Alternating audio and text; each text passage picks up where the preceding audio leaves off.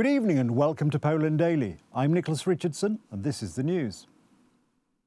Defence Minister Mariusz Błaszczak has signed an offset agreement in relation to the contract for the purchase of Apache helicopters. The ceremony took place at the Boeing plant in the state of Arizona in the United States.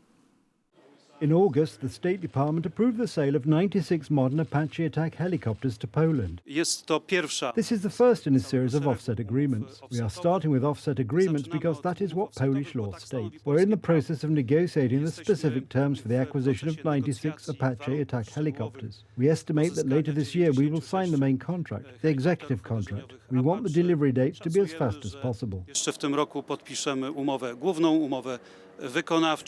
During a visit to Dęblin today, Prime Minister Mateusz Morawiecki reiterated that, unlike its predecessors, the current government is expanding the resources of the Polish army. We are investing massive resources in the Polish army, from 37 billion zloty during the civic platform's ruling days to 137 billion now. Please compare 37 versus 137 billion zloty. Next year it will be over 150 billion. This scale is huge. The helicopters are expected to cost $12 billion, or more than 50 billion zloty, but this is the maximum price, which is still subject to change.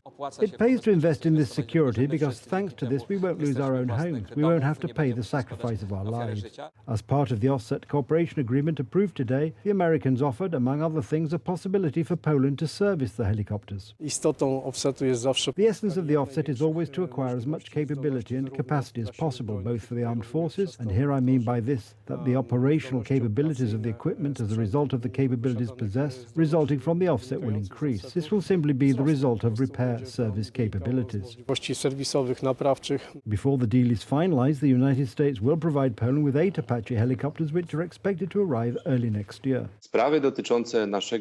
Matters concerning our armaments and consistency in that we will include helicopters in the protection of the Polish skies. These are not pipe dreams, some words taken out of context, but concrete actions. These helicopters, it's good that they will be in Poland, but let's keep in mind that in case anything happens around China, the Americans will take these helicopters and they simply won't be there. The equipment that isn't there, there are pilots trained for it. Unfortunately, they don't fly. In 2023, the Polish government allocated 3% of GDP for defence. Next year, this will be increased to more than 4% of GDP. Never before has Poland or Central Eastern Europe had such helicopters, and importantly, the Russians are very afraid of them. I'm talking here about commanders who know what this entails if Apaches appear on the battlefield together with Abrams.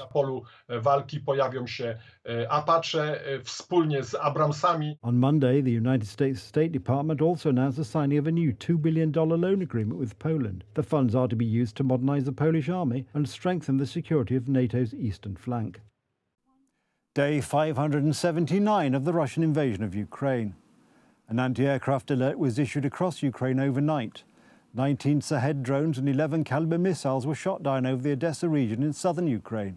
One person was injured and port infrastructure was severely damaged. An anti-aircraft alert was issued across Ukraine overnight. The Air Force reported that Russia launched Onyx and Caliber missiles and Shahed drones. The main target of the attack was the Odessa region, including port infrastructure in the region. A fire broke out in one of the buildings in Odessa, according to the head of the authorities there, Oleh Kipa. According to some media outlets, the target of the attack was the Odessa hotel, which was to have housed the Ukrainian military headquarters. There was also other damage to infrastructure. The enemy viciously attacked our ports. The Odessa naval station suffered significant damage. There was a fire in the hotel building, which has been closed for several years. Onyx missiles destroyed grain warehouses, the defense forces of the south confirmed in a statement. There are already US Abrams tanks in Ukraine, which are soon to reinforce the counteroffensive. More of the 31 promised Abrams will be sent to Ukraine in the coming months. Recent operations by Ukrainian special forces against targets in Sevastopol in Russian-occupied Crimea have killed 96 occupiers, including Black Sea Fleet Commander Admiral Viktor Sokolov. The landing ship Minsk was also destroyed, the Ukrainian Army's Special Operations Forces reported on Monday. Earlier today, thousands of ethnic Armenians fled the breakaway region of Nagorno-Karabakh, queuing up for fuel and jamming the road to Armenia.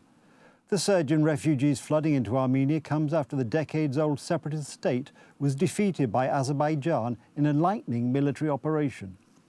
Most of the refugees arrived in the town of Goris. It is estimated that around 120,000 Armenians who call Nagorno-Karabakh home will flee to Armenia. A majority of the people leaving Karabakh do not want to live as part of Azerbaijan amid fears of persecution and ethnic cleansing.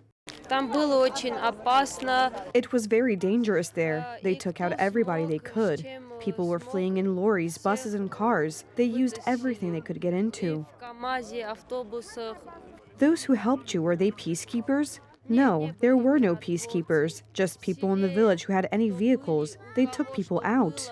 We don't know what will happen to us next. We don't know what the government has in store for us. There is not a single chance to go back. If there were chances, we would not have left in the first place. It is very dangerous there.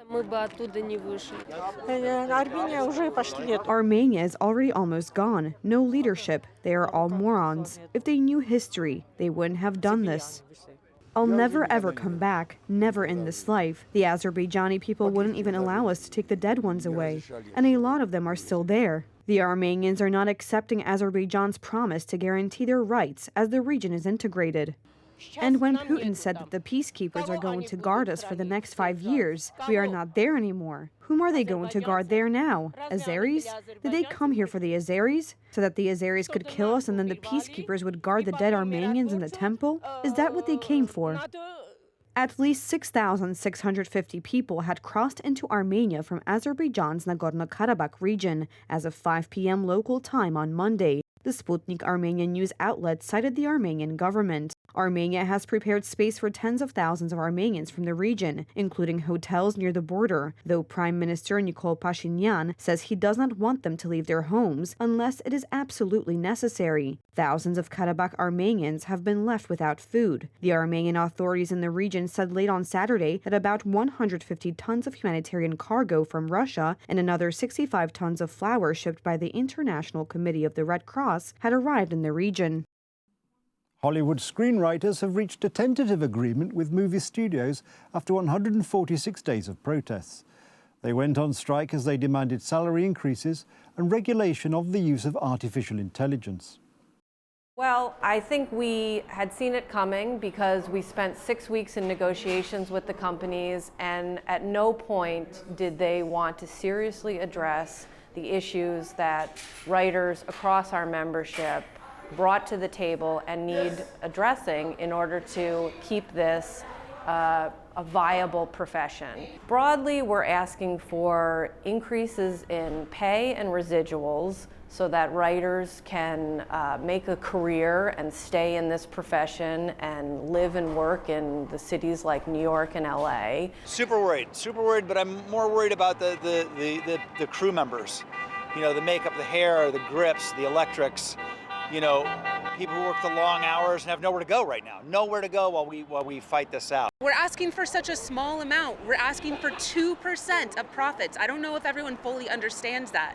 I think when people think of writers, they mistakenly think of us as multimillionaires in mansions, and I think they're getting us confused with the owners of these studios. Screenwriters feared artificial intelligence's ability to come up with storylines that would deprive them of work. The agreement was reached with major film studios and is expected to last for the next 3 years. Screenwriters halted work on the 2nd of May when their negotiations with the film community reached an impasse. Reasons for the protest included underpayment of wages, too few staff on the sets, and lack of control over the use of artificial intelligence in filmmaking. However, the preliminary agreement does not end Hollywood's problems. The Actors Union, SAG-AFTRA, which represents some 160,000 workers, has also been on strike since July. As a result of the protests, California's economy has lost billions of dollars. Many film productions have been halted. I am shocked by the way the people that we have been in business with are treating us. I cannot believe it, quite frankly. How far apart we are on so many things. How they plead poverty, that they're losing money left and right when giving hundreds of millions of dollars to their CEOs. It is disgusting. Shame on them. The work stoppage also took a toll on cinematographers, production assistants, as well as catering, cleaning, and costume supply companies. 1, 2, 3, 4! Stop the strike and pay us more! That's the news. Thank you for watching. Stay with us for the weather, Poland Daily Business, and more programs. But from me, it's have a good night and a better tomorrow.